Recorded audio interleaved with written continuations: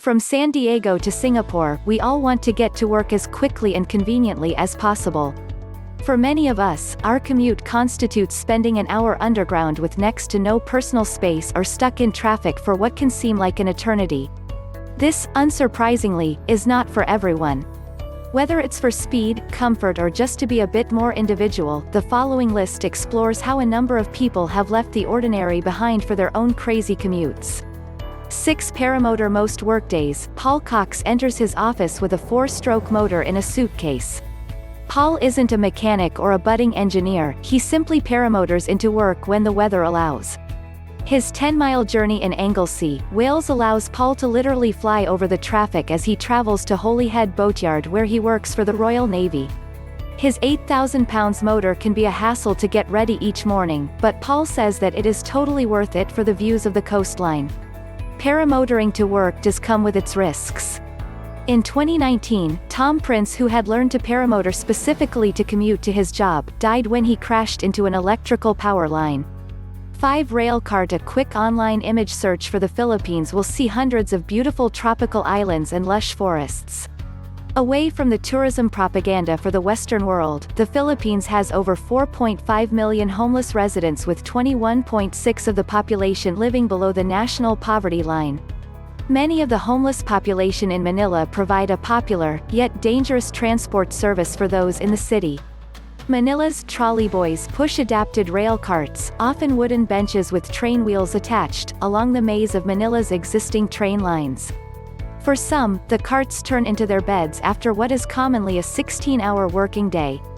4 Climbing. As kids, many of us got to school via a short walk, a bus ride or in the back of our parents' car.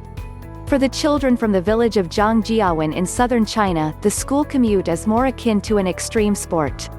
An intricate network of unsteady wooden ladders helps the students, some as young as 5, climb the Batagong Mountains on which sits their school. Whoever decided to build a school on top of a mountain was either in a pretty bad mood or wasn't much of a forward thinker. 3 Wicker sledges. In the 19th century, wicker sleds resembling toboggans were used to transport locals down the hills of Monte to the city center of Madeira. Pushed by 2 carriers, who still wear the traditional white cotton clothes and straw hats, it was the chosen mode of transport for businessmen in the area. Nowadays, these toboggan sleds are predominantly used by tourists, with thousands sliding their way down the roads each year. 2 Zip wire. When I say zip wires, often the thoughts of James Bond or some other action hero springs to mind.